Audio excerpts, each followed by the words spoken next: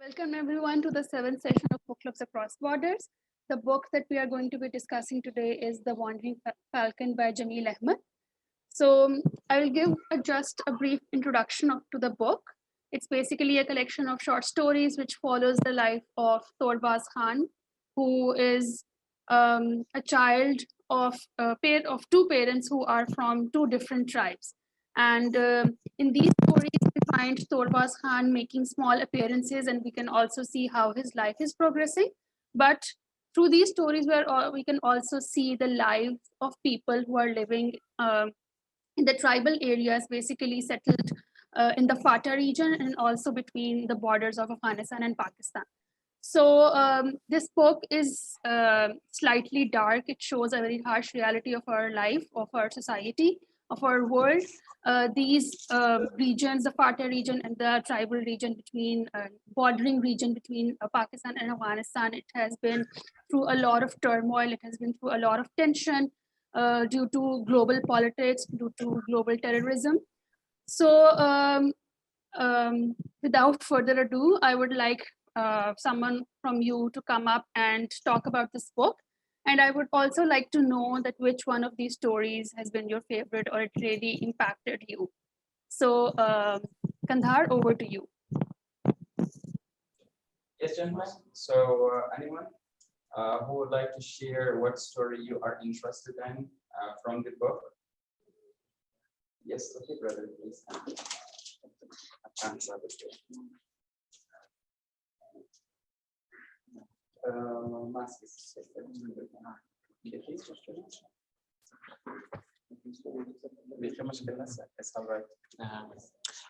Hello, this is Jalila Khan from Swat Kandahar, and I want to talk about the chapter 2 of the book, The Point of the Honor. And when a group of 7 men and 4 camels had commenced their journey toward the earth while the stars still shone across the sky, and the group of Palos were riding after a mile of flat. During their journey, the sandstorm had begun, and they muffled their faces and pressed themselves against the animal, their camels, and the world turned dark. The storm ended abruptly as it had begun. They unmuffled their faces. This time the men walked, but the camels were tired. But despite their ringing thirst, they did not hurry. The more they came close to the goal, the more patient they became. So they did not hurry and continued their walking. In advance, they approached with 2 men acting as escorts, well in advance of the rest of the party. There were 2 people when they were in the acting as escorts. And during their journey, they said dead camel with its long neck stretched on the limply ground. At this side, they withdrew hurriedly and start riding a wide circle around the water hole to keep it in sight.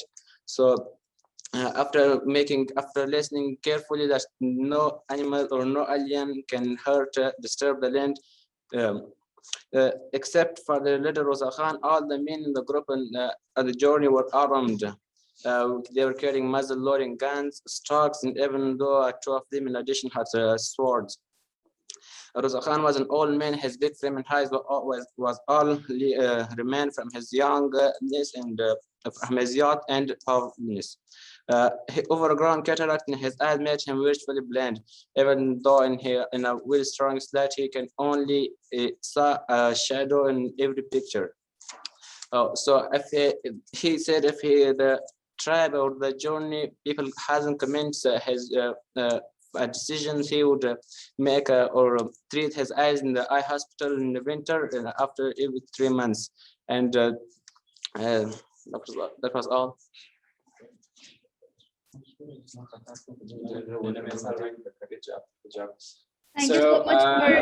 Thank you so much for sharing the summary of this story. Anyone else who would like to come up and share another story?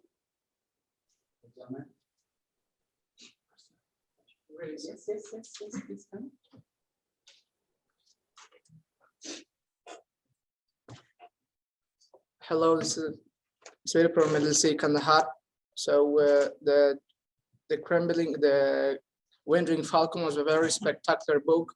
We read all the books, so our leader, Mr. Misab, divided all chapters on our friends. So the first chapter was mine, which was the title of The Sense of Mother. What is the sense of mother in this chapter? What is their idea from what they mean from sense of mother? So I processed one, it was 19 pages, so I processed in a paper. So let me read.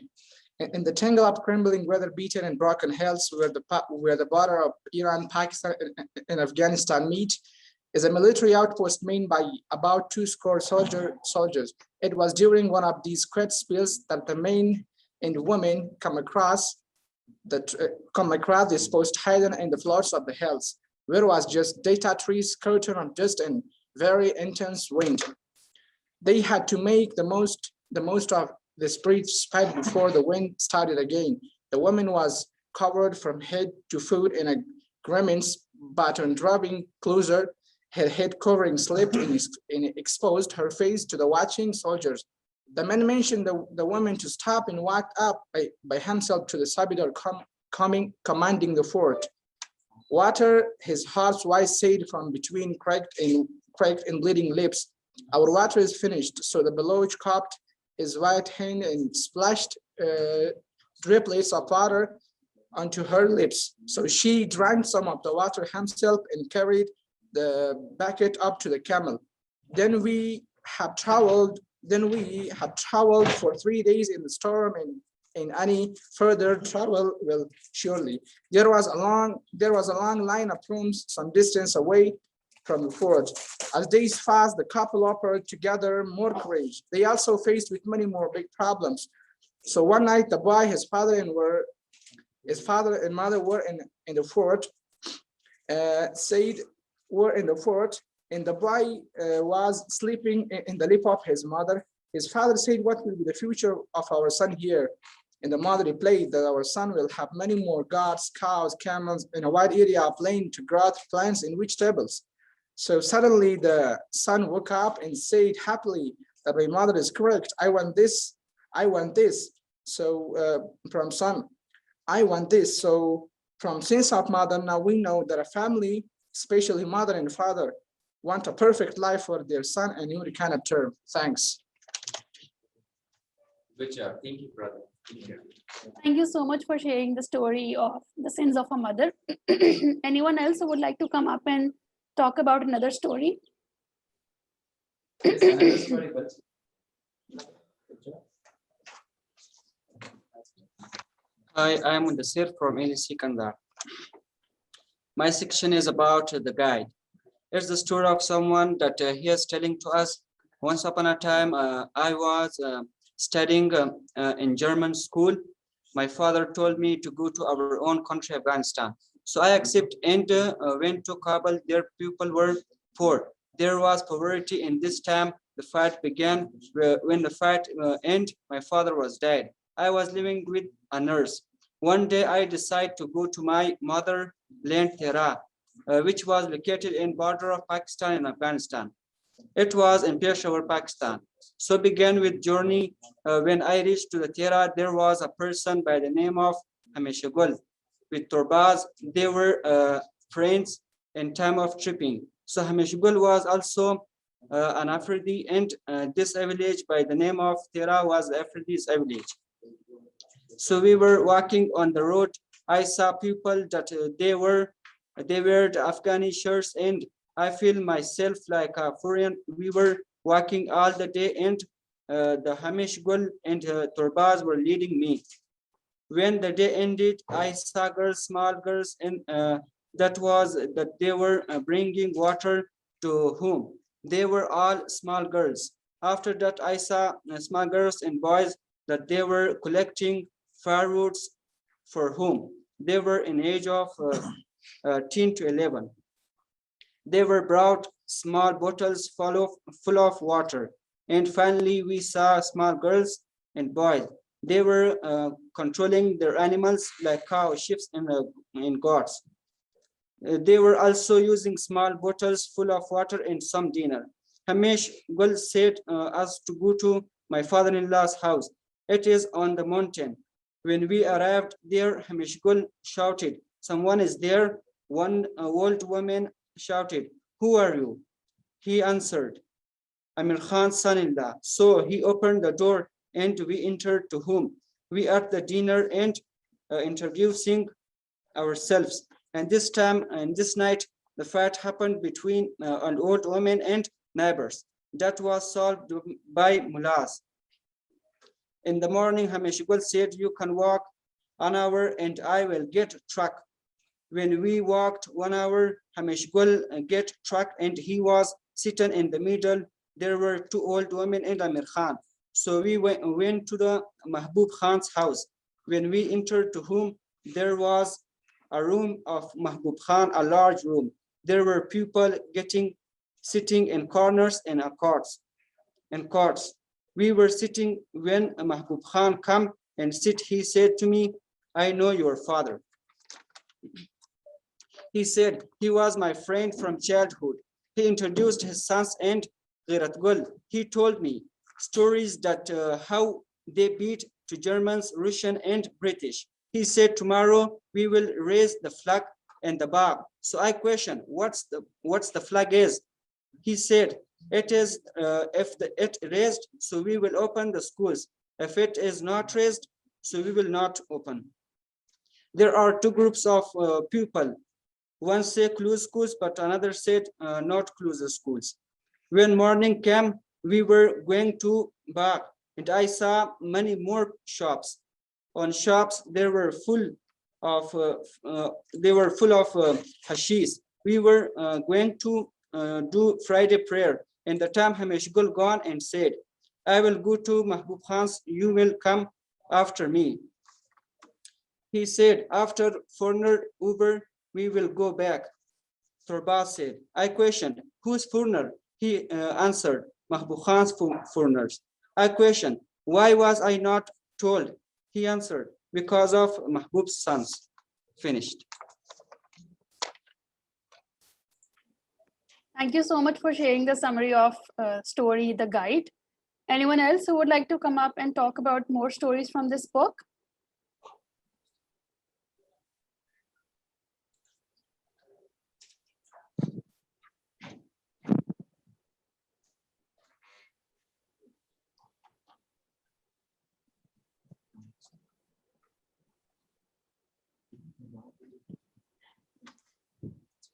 In the name of Allah, Rahman and Rahim, today my selected issue is about guide, which was a lot of story, but I got some important points in my mind. It was the target of this history that how can we become a member, how can we become a guide of society, and what it was the target of this history that the man who wrote this history, there was a lot of sad years, and he become a good person when he accept these sad things, because he accept a lot of sins that his father did, and he had a lot of journey from one place to other place, and he meet a lot of people, and after that, when he meet a lot of persons in the finish time of this history, he got his target. Thanks. Thank you so much for sharing that. So I have a couple of questions for you guys, which we have prepared after reading this book. So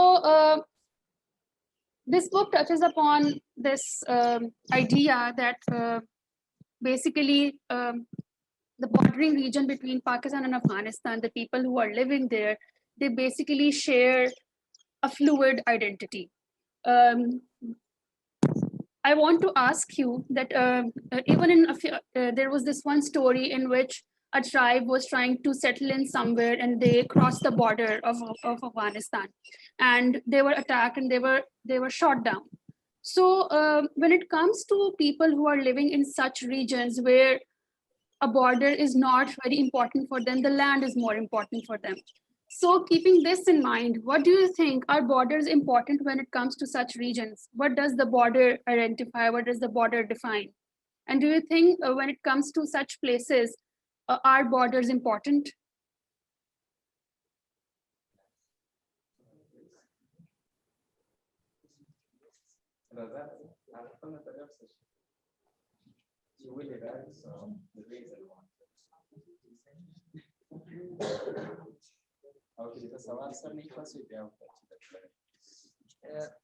Hello, this is Hazrat Shah Popal from LSC Kandahar. I think the border is important for two countries because we have to, the border is important for the passengers and all the important things that import or export from Afghanistan or Pakistan. The border is very important. Thank you. But when it comes to people who are living there, who want to settle in for a life, and especially for people like nomads who are not settling in one place, they live at a place which is abundant in resources at one point, and when the resources they run out or the weather changes, they find another place to live. I think there was this one story I remember, which I'm recalling, in which this tribe is trying to find a place to settle in, and they accidentally cross one of the borders of Afghanistan and Pakistan. And when they are encountered with the security forces over there, they are shot down.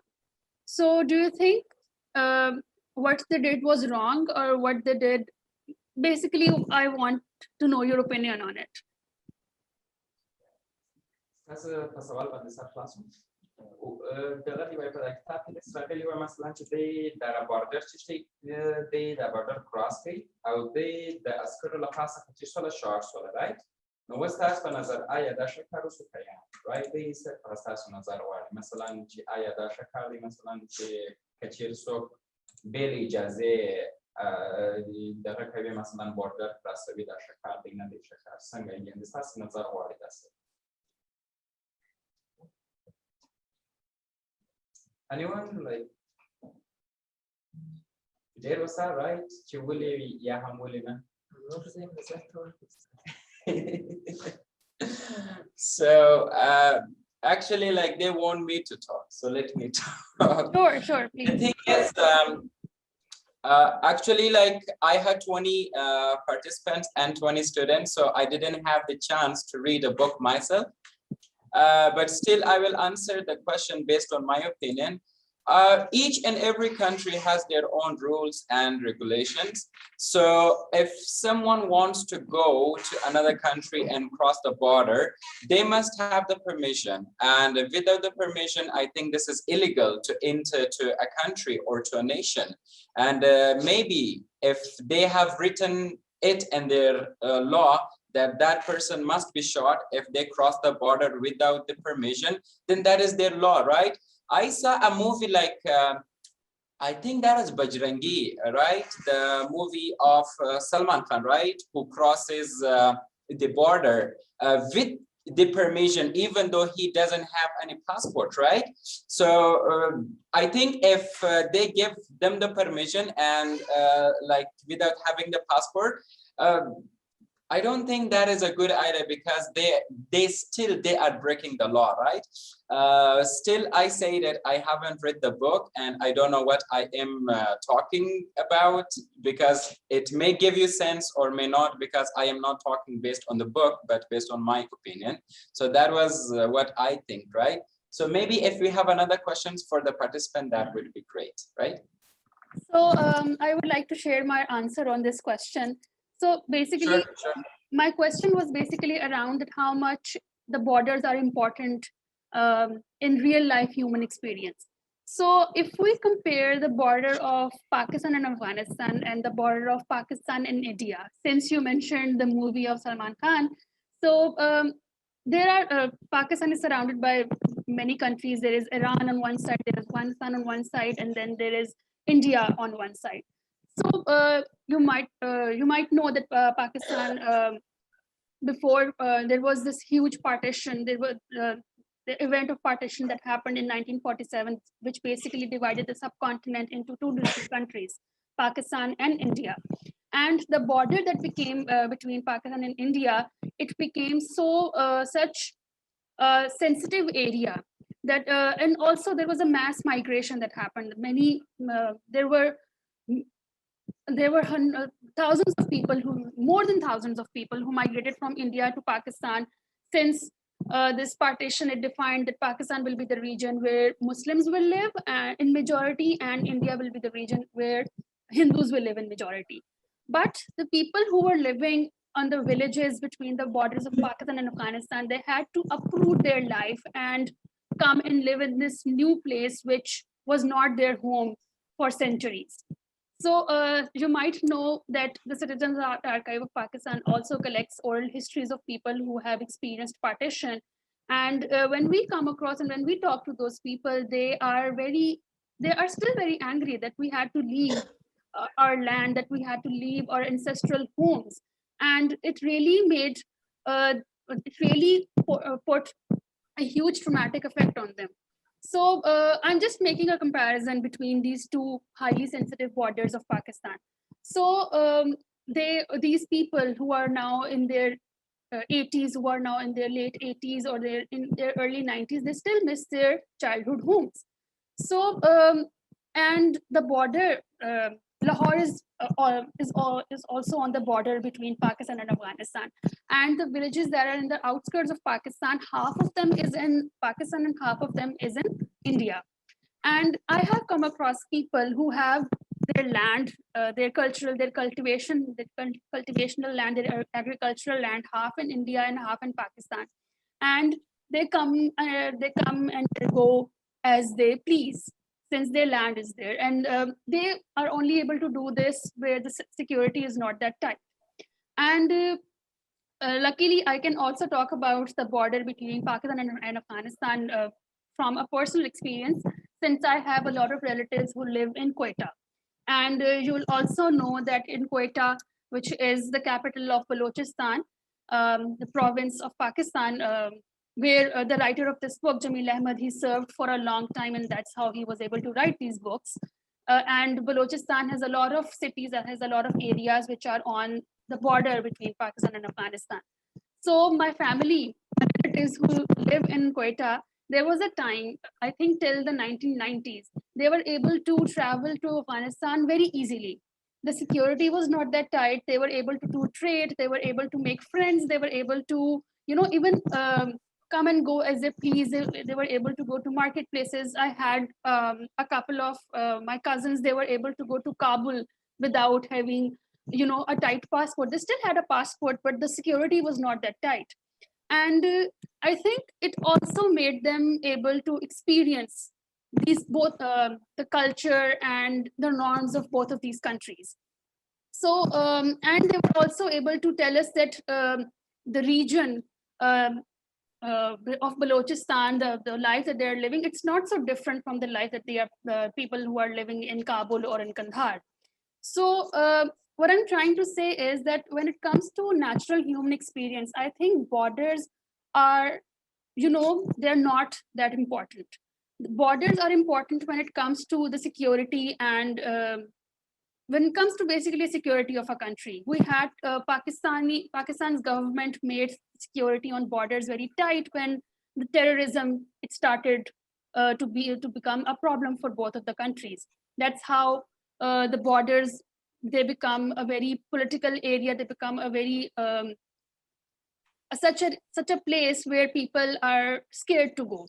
So from my family's experience, I can tell that they lost their friends, that they lost a lot of their trade, that they lost a lot of their business because this border became such a tricky place to cross.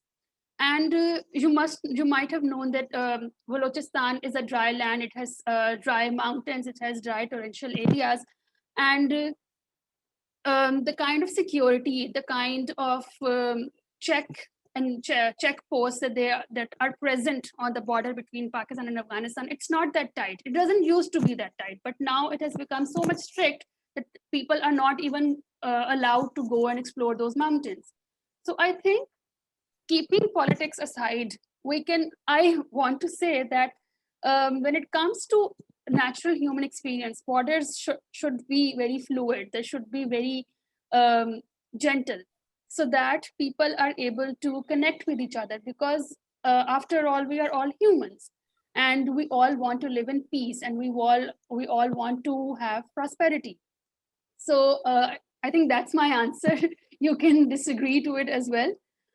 Anyone who would like to, comment on my answer as well, if you disagree with me, or maybe if you agree with me.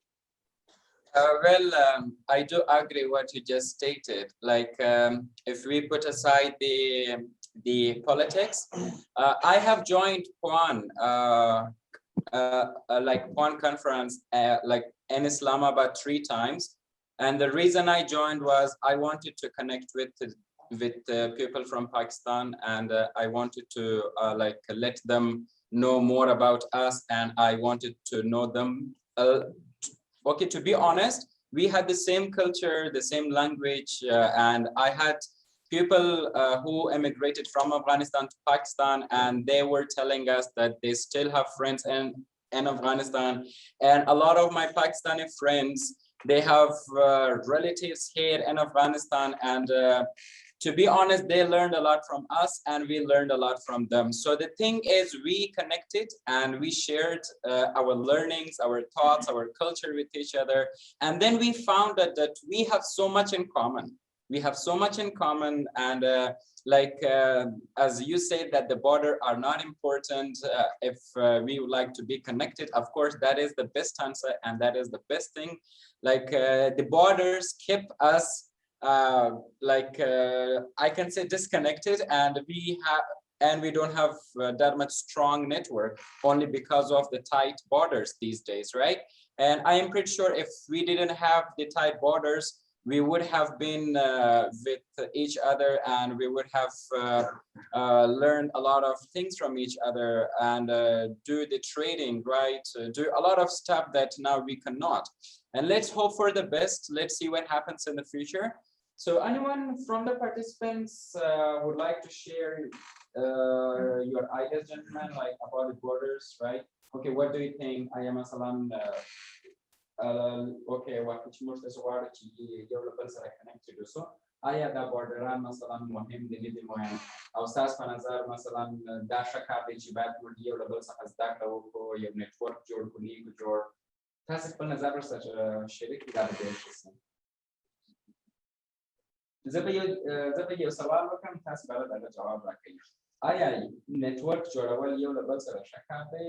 د نتورک څخه زما مطلب دا دی مثلا چې تاسې د پاکستاني ملګرو سره مثلا یا هم د پاکستانیانو څخه مثلا یو څه ور زده کړئ یا هم هغوی تاسو څخه زده کړئ. آیا دا مهم دی؟ Yes, William Rankin, please. So one of the participants would like to share his idea. Hello, that is important. By this question, I want to say that is important to know the Pakistani brothers' educational, their culture, their posts, everything that we have to get informed from them, and they have to get informed from our education, our cultures, and our posts, and lots of things that we have to share our ideas to them. Thank you. Thank you, brother. Good job. Anyone else? Yes, brother.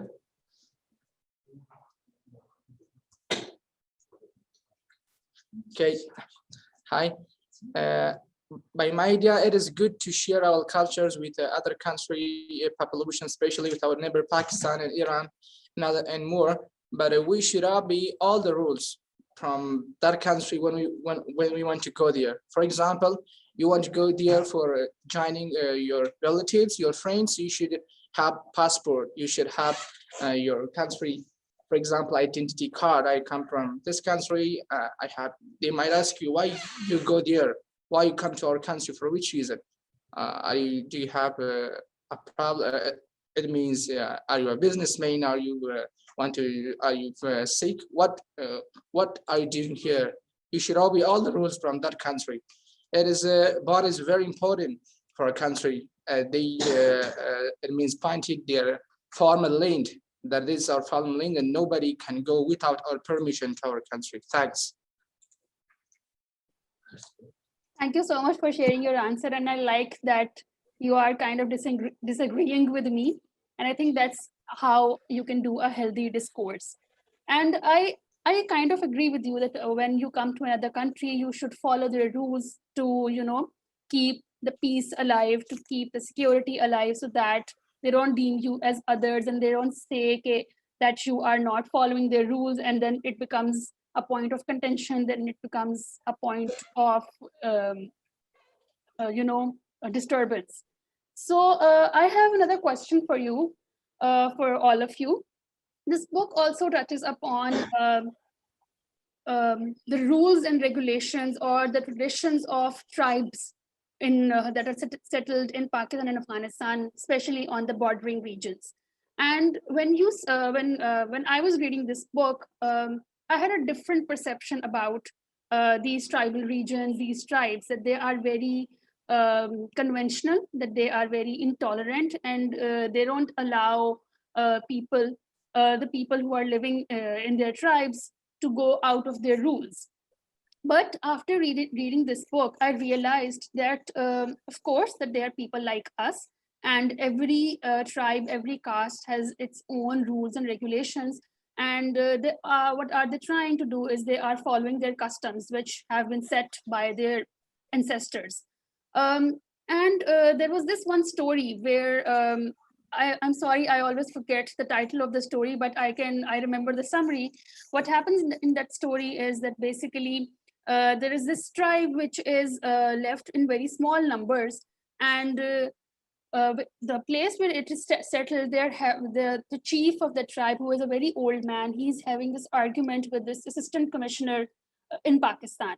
And he is trying to make him understand that you cannot overrule us. And even though we are small in numbers and we don't have that much arms and ammunition, we cannot protect ourselves as much as you can destroy us, we still have our honor. And we know these lands more than you, and you are younger than us, and you don't know how these lands work.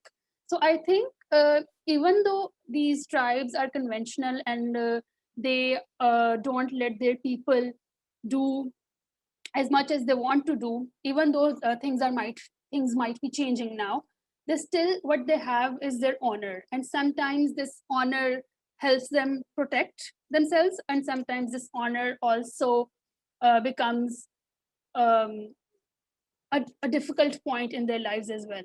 So saying all of this, I would like to know your opinions about the tribal culture of Pakistan and the tribal culture of Afghanistan, and if you can tell me about that, how things have changed now, or are things the same now? Is the question clear, gentlemen, to you guys? Yes. Oh, yeah. Sure. Tola Padara and the Soviet tribe, and Afghanistan, Pakistan, of the left tribe, yeah, sure. No, Stas Canada, Masalan, there are tribes. Saying Masalan, I am Masalan, they were tribe, Nafakawale, Sichibal tribe, the Warsi, our Masalan, Tariq, Kulturia, Masalan, rules, Masalan, Karulia, Masalan, Abiru, Kumsan. Yeah, I'm Nisikala, no, but you so I work a I'm the way to multiple reasons, Nisikala, I'm William Scholar. So, Zipchi, Dafmurai, Arasa Hazanta Jalaka, in very Zanta Jalama Salan, Kultura, and another. Right, Stas Nazar was study pass a Nazar session.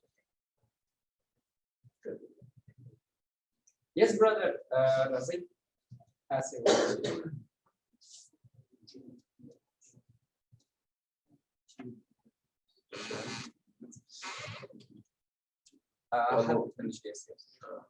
Well, what I think is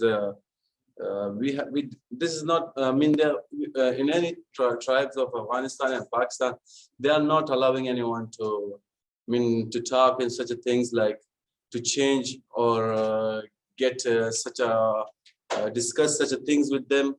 Like in our tribes, we have been changed. I mean, here such things has been changed, but not that much. I mean, in cultures and in those things, there might be not that much things are changed. I mean, like here in Quetta and Kandahar, they both border. They both people vary to each other. I mean, border to border, they vary to each other. Our cultures are same. Most of the things are our same. And most of our like weddings and we are what we celebrate in our things. Those most of things are same, but we are not in our there are such rules. We not give anyone. We does not give them anything to discuss or say such things in us. That is such a thing a priority. That's our our mind has set for us that we cannot give anyone or allow anyone to talk or to do anything in that. For the what I say is, in our tribe and in our caste and those things, we did not give anyone the chance to talk about those things here. The purpose what I say is mentality has been changed. Here in mentality has been changed, but not that much. Here also that we give them a ranking of those things, but if I say that do not talk in those things. This is this mentality has been not changed. If you ask such things that this tribe or such a tribe, those things are bad. Here's such a things. Giving girls, wedding girls without any asking of them, but they are they are unmature, but they are giving them like their father say, okay, I say so. I say what does it mean? You say it's not mean that we should ask from them. In most of the tribe, we are this is a big problem, and as well someone fights with someone and they say, okay, we are going to do we will do this do some friendship or for the friendship or this after that fight they give to each other the woman. They say, okay, you take my daughter, I will give you my daughter. Due to what? You become my brother-in-law or son-in-law, that we will not fight again and for this reasons. So these things have not been changed in tribes. Most of the things are there, which has not changed. But I hope it's changed. And there's such a thing come positively in our country. We there are some such a things we see. So, humans are learning from each other. This is a natural phenomena. I have seen such a thing, right? Whatever I see in your culture, I should adopt these things in our culture. But here they're not giving us a chance. And as well in your tribe or Pakistan, and they're also not giving such a chance to us. Like our forefather, they say this is from our forefather. The rule and regulations are coming. So still we should follow those rules and regulations. They have lived, we will live the same. So this mentality has not been changed yet. Thank you. Excellent work. Thank you so much for raising this point, and I'm so glad that you brought upon this topic of women's rights as well.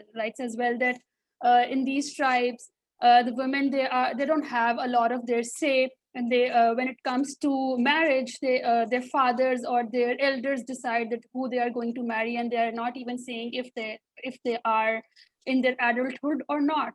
The girls are very young; they are in their early teenage, and they are set to be married to this man who is very older than them. So I think, and I'm so glad that you brought upon these topics, these ideas, that these things they need to be changed. So my next question is, it's a follow-up to this conversation, that it also brought upon this idea that we as a society, I'm not just talking about the tribes, we as a society, we have also become very intolerant. We are not accepting other people as they are, and we, even if we are not accepting them, we are also not trying to help them understand that this is now how it's supposed to be. So my question is, how as an individual we can reduce this idea of intolerance? How can we make the society more tolerant? This is my question. مثلا ډېرو بخښئ چې زه دا ویل نه مثلا زموږ د سوسایټۍ نه خوښوي لایک ستاسو نظر ښه دی چې مثلا آیا د هغه منل چې دا څنګه دی په کوم حالت کې چې دی آیا د ده منل په سوسایټۍ کې یا هم مثلا د ده احترام کول یا هم مثلا د ده د نظر احترام کول ښه دي نه دي ښه یا هم بعضی خلک مختلف ذوقونه لري شوقونه لري آیا د هغې منل په یو جامع کې ښه کار دی نه دی کار او که چیرې مثلا موږ وایو چې دا ښه کار دی نو دغه نظریه موږ څنګه کولی شو چې مخته یوسو او خلک مثلا ورباندې اویر کړو یا هم خلک ورباندې وپوهوو مثلا چې یو انسان هر څنګه وي د هغه باید قدر وسي او هغه باید ومنل سي چې هر څنګه مثلا دی یا هم د نظریه ده که چیرې بده وه د نظریه کولی شو چې چینج یې کړو او که چیرې مثلا یوه نوې نظریه وه هغه نظریه موږ کولی شو مثلا چې چی کړو یا هم اداپټ یې کړو یعنې چینجز منل رایټ adapting the changes, right, brother? Yeah. No, I assess when Nazar the Shaka national please. Like how do you pass it for Nazar? Let me talk for some minutes about this because I am really interested in this issue. I have seen a lot of, I have heard a lot of topics regarding adapting the changes. And to be honest, I am the type of person who loves to adapt changes if that is a positive change in a community. As one of our brother mentioned that still we have so many like changes that are not being adapted. And the problem is that our people have been experiencing this from our ancestors, right? So what they are afraid of, they are afraid of losing their culture, losing their values, but I am not sure that they will lose their value, lose their culture, because they are gonna adopt a new change, and a new change is always better if that is a positive change. For example, I can give one example, like before, like our women, like women in Afghanistan and women in Pakistan were more, like most of them were deprived from getting education, but a new idea, a new change came, and this change is for better. Now women get education, they work in NGOs, office, and they teach kids. So this change is proven a very positive change. So I think changes like this should be adopted and should be developed. So now let's hear from our brothers. What do you say? Yes, brother, please. Razi, are you calling it?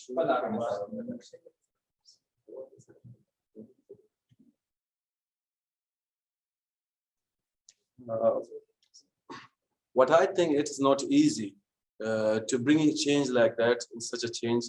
But here's the one thing: if we work on mentality of the people and on a youth, because the elder has been gone, I mean, you cannot change their mentality. You know, it's we can change that. But if your youth can change and give examples, I mean, give explanation to our elders. I mean, like such a things, that is a things, but it's not good. I mean, it's not like if we say, here's such a thing. I mean, like you asked one question that how can we bring the change in those tribes or caste or society? But the important thing is here, what change we are adopting here. What I mean is like gayism is I mean, they say it's normal. If you see, it's I mean we have most of our people, our friends, they are here. They are doing those such a things. There's those actually they are still doing here.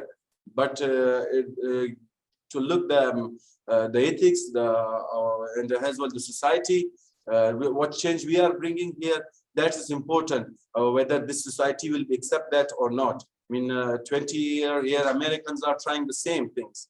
They are trying the same things to bring such a change.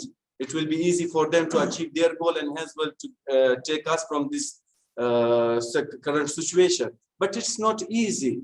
That's not easy to bring such a change. But if we work on a youth, as well, we tell them, giving such seminars and tell about them. I mean, not about the such a things like which is bringing conflict between religion and as well between society, community, and as well they'll not tolerate those things. Even if we will not tolerate such as she-males and gays and those things which they are doing, like such a prostitutes. Like such prostitutes places are here mostly here in Pakistan, Afghanistan. Such a things are going on in such in a countries like Saudi Arabia and Somalia and those things. I haven't seen these things in Turkey, but they have their own license. I mean, if you have like a discos and you have prostitutes, I mean, like places, it's not the problem over there. But here, we should follow those ethics and rules and regulation. I mean, I know humans has been. I mean, he's born freedomly. I mean, he's doing whatever he wants. Those are the things. But we should keep those things in our mind. Our forefathers things as well here. I mean, those things are like Bhutto has met what in Pakistan. Bhutto has like we said, there was one. They said they give up prostitute places to their license. At the time of Bhutto, they give them. After that, that's why they collect that. We say that I have seen one documentary about the Hira Mandi. Why they collect those things? Why they all the people became one in one places. And this says this is a place where everyone, whatever the people want, the human want, they will do their what they want to. I mean, like what they want to satisfy themselves, he can go over there. Not to we say that we mean everywhere their houses will be. So what I say, we should follow the ethics and rule and regulation. Those changes which we want, whatever is wrong, we will. I mean, we should stand for them. Our youth should stand for them, not for such a things which is, I mean, bringing conflict between religion and the society. Thank you. Thank you so much for your answer, and the points that you raised that are, you know, a totally separate conversation, and we need to have another hour on this. But coming back to my question, that how can we as individuals can bring tolerance in our society? I would like to answer this question and share my opinion as well.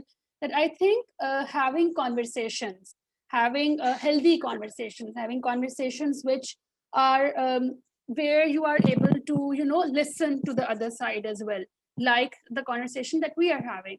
I am asking you a question, you are giving me your opinion, your answer, and I'm listening to that very actively. I think the first step in understanding other people, in understanding other cultures, and understanding other societies is listening to them and being very aware of where they are coming from. For example, if I meet a person who is not from the same area, I won't even go into that example. I'm talking about you guys. When I'm talking to you, I know that you are coming from a different place. And the experiences that you are having are very different from the experiences that I'm having. I am a woman. My experiences are very different when it comes to two genders. The experiences, they become very different. The kind of opportunities that I have, that I had. Okay, we'll conclude the program after this.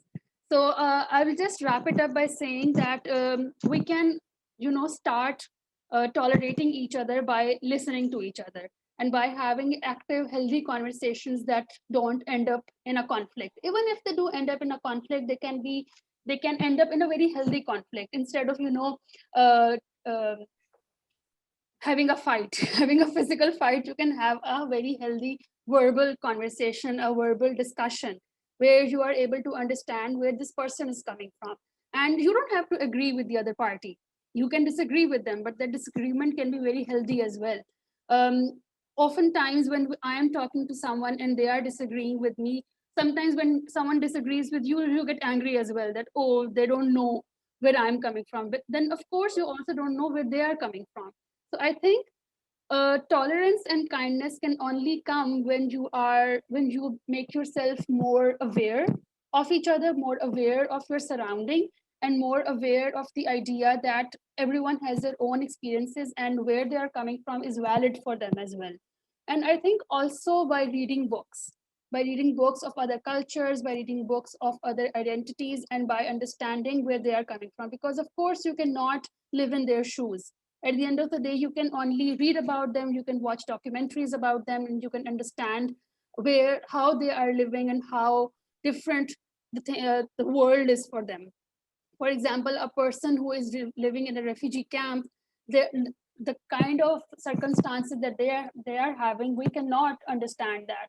We cannot be in their shoes. Unless you are in someone's shoes, you can only understand what they are going through. So on that note, I would conclude this session. Thank you so much for coming up to this session so early in the morning. And thank you so much for reading all these books and for having these active conversations with us. I wish you all a very happy Ramadan, and I wish that this month, this holy month, brings peace, inner peace and outer peace for all of us. And have a good day. Thank you so much. Khuda Hafiz. Thank you so much. It was great talking to you and sharing the ideas and exchanging the ideas. Thanks so much for being here, available to us. Inshallah, see you in the next meeting, and wishing you a happy Ramadan too. Thank you so much. Thank you so much. Khuda Hafiz.